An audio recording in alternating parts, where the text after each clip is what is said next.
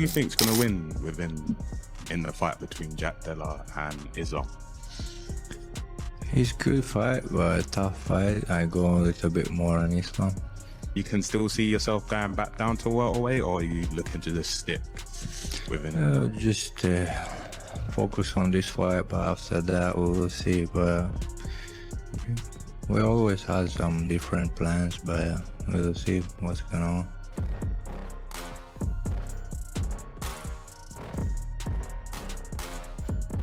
Can you just clarify, like, did they make you give up the lightweight title? The General Shkhuna and everybody? Yeah, like the of UFC. course, this is the dream, man. This is the dream for the all champions. Like, we know many champions, but not is there from them like double. That's why everybody want to be double champ. Everybody want to be UFC champ, but we don't have many people who have two belts. That's why I want to be one of them. The UFC, Dana White, and everyone? Yeah, of course. This is the dream, man. This is the dream for all champions. We know many UFC champions, but not many of them become double champs. That's why everybody wants it. Everybody wants to be UFC champion, but very few get two belts. That's why I want to be one of them. The UFC world is buzzing about one of the most talked about matchups in recent memory, a fight being called a true clash of styles and eras. Islam Makhachev, the reigning lightweight king, is stepping up to face the dangerous and rapidly rising contender Jack Della Maddalena, and fans cannot stop debating what will happen when these two collide. The stakes are massive. The narrative swirling around this showdown only adds to the drama, with the fight expected to headline UFC 320. For Islam, the dream of becoming a two-division champion is at the center of his mission. While many fighters spend their entire careers chasing one belt, Islam is chasing legacy. He wants to join the shortlist of UFC athletes who've captured gold in two divisions. Legends like Daniel Cormier, Henry Cejudo, and Conor McGregor have done it. Now Islam has his chance. He understands how rare this opportunity is and how big the achievement would be.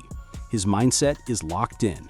He knows stepping into a new weight class against a dangerous striker like Jack will be the ultimate test of his skills and discipline. Standing across from him is Jack Della Maddalena, who went from relative obscurity to becoming one of the UFC's most feared welterweights in a short time. Known for crisp boxing, relentless forward pressure, and composure inside the octagon, Jack has proven he belongs at the highest level. His recent performances silenced critics, and many now believe he could derail Islam's double champ ambitions.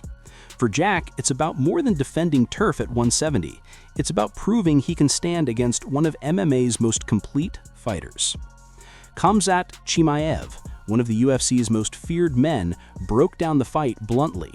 He said Islam's pressure and grappling are on another level, that if Islam gets on top, it could be over quickly. Chimaev described Islam as a blanket, someone whose top control is smothering, beyond anything Jack has ever faced. Coming from a fighter who knows the grind of wrestling, that's not just analysis, it's a warning. What made this fight even more intriguing was how it got revealed.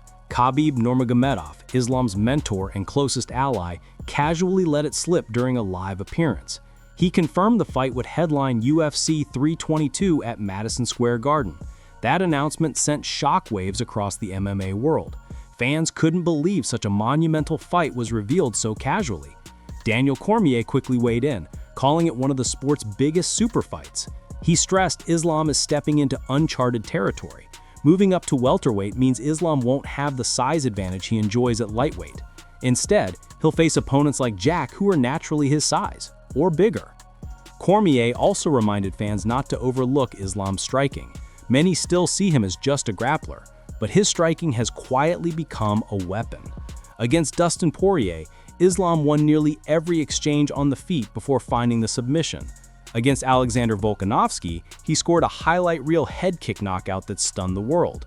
Those moments proved he's not just a takedown artist, his stand-up is dangerous too, and that could trouble Jack, who may expect wrestling but could walk into counters.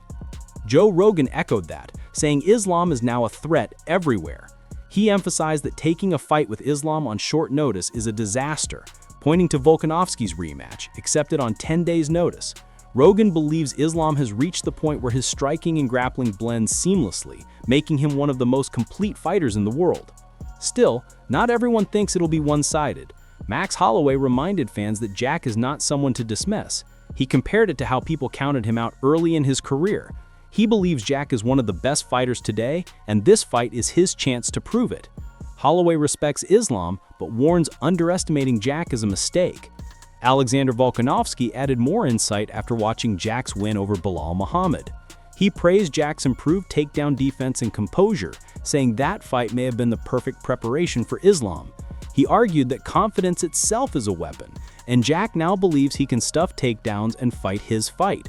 Belal Muhammad himself admitted he had moments against Jack but fell short of his game plan.